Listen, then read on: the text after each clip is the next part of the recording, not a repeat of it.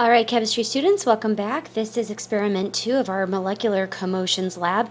Let's investigate what increasing surface area has on the reaction rate. Is it going to make it faster or slower? So in order to do that, I have two cups here of water, same amount of water and the same temperature, and I have two Alka-Seltzer tablets here, a whole one on this side, and then on this side I went ahead and crushed it.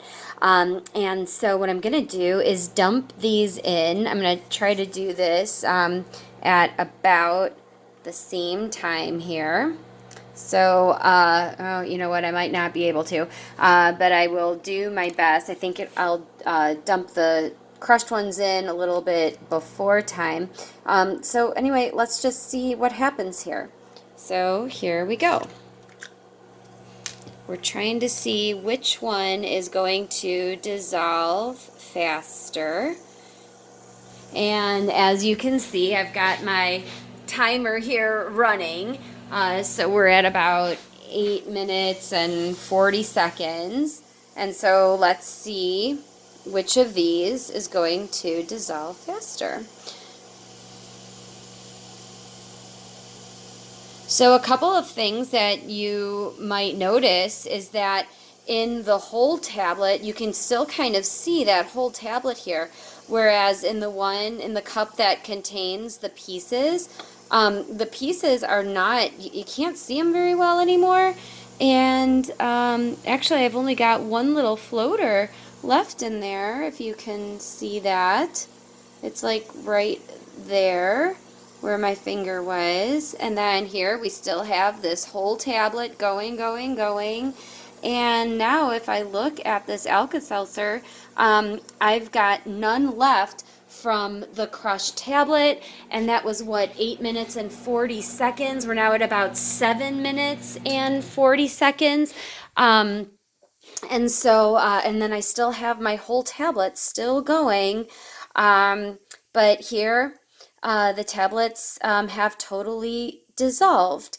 So those are our results for experiment number 2. Okay, so going back to your lab sheet for experiment number 2, where we have crushed versus whole Alka-Seltzer tablets, we have to first fill out our data table here. Our whole tablet dissolved, yes, but more slowly, and the crushed tablet dissolved more quickly. And so as we saw, the crushed tablets were the ones that that dissolved a little bit faster than the whole one. And so question number 2 says, when you crush the Alka-Seltzer, what are you doing to the surface area of the tablet, increasing it or decreasing it? Well, as I showed you in the pre-lab with the Rubik's Cube, when you take something and you break it up into smaller pieces, you're exposing more surfaces to the environment. So the answer to this is that we are increasing our surface area. And so with regard to your answer to number 2, why does this matter? Well, when you increase the surface area and you make it more exposed to the environment, then you are going to increase the rate of that reaction. And that's exactly what we saw with the crushed Alka-Seltzer tablet. We increase the rate of reaction by increasing the surface area, and we increase the surface area by crushing it. Okay, so we filled out our data table already, so let's talk about what's happening in number 5. It's asking you to draw a particle picture. And so here's the particle picture that I drew. You can feel free to copy it onto your sheet if you'd like. But this picture is showing me a whole Alka-Seltzer tablet, and I've got the water in the cup. And here you can see with my little arrows, this is where the water molecules are bombarding the surface of the Alka-Seltzer tablet. But then on this side, you can see that I crushed up the Alka-Seltzer tablet and I've put it in the water, so all the blue dots in this second drawing are still representing water molecules. But notice I've got way more arrows around each little particle because I have more circles. I have more black line here than I do on this side with the whole Alka-Seltzer.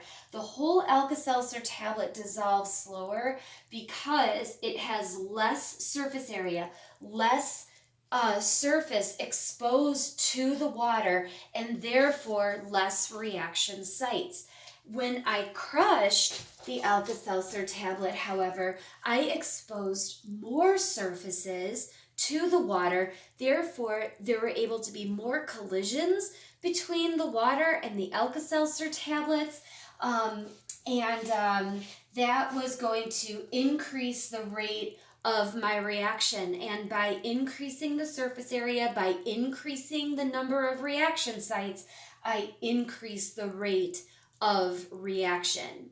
And so once you have copied down this picture on your page, you need to use my explanation and use that as like a basis to concoct your own explanation to explain why is it that by raising the surface area, by increasing the surface area of a substance, you increase the rate of reaction.